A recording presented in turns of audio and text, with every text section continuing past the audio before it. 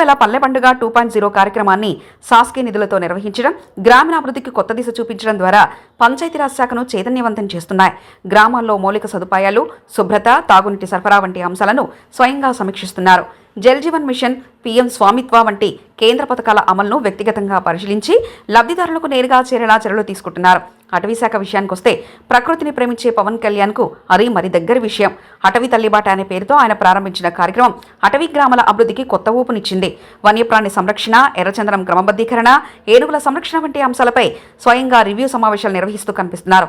గతంలో ప్రకాశం జిల్లాకు చెందిన ఇద్దరు నేతలు సిద్ధరాఘవరావు టీడీపీ, బాలినేని శ్రీనివాసరావు వైసీపీ ఆ శాఖను నిర్వహించిన పవన్ చూపిస్తున్న ప్రయాక్టివ్ యాక్టివిటీస్ అందరినీ ఆకట్టుకుంటుంది. ఇంకోవైపు గ్రామీణ పంచాయతీ ఉద్యోగ వ్యవస్థలో విప్లవాత్మకమైన మార్పులు తీసుకురావడానికి పవన్ సీరియస్గా కృషి చేస్తున్నారు. 50 సంవత్సరాలుగా ఉన్న పాత వ్యవస్థను క్రమబద్ధీకరించి ఒక రుర్బాన్ పంచాయతీ మోడల్ 3 అంచెలుగా విభజించి పాలన నిర్మాణం ద్వారా ప్రజలకు పాలన మరింత దగ్గర అయ్యేలా ప్రణాళిక రూపొందిస్తున్నారు. పంచాయతీ సంస్థలకు స్వతంత్ర ప్రతిపత్తి, ఆర్థిక స్వాలంబన కల్పించాలనే దృష్టితో సంస్కరణలు అమలు చేస్తున్నారు.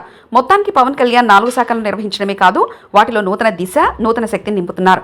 ఆయన శ్రద్ధ, క్రమశిక్షణ, ప్రజల పట్ల ఉన్న ఆత్మీయత మంత్రిత్వానికి వన్నె తెస్తున్నాయి. రాజకీయ నాయకుడిగానే కాదు, ప్రజా సేవకుడిగా కూడా పవన్ కళ్యాణ్ తనదైన ముద్ర వేస్తున్నారు.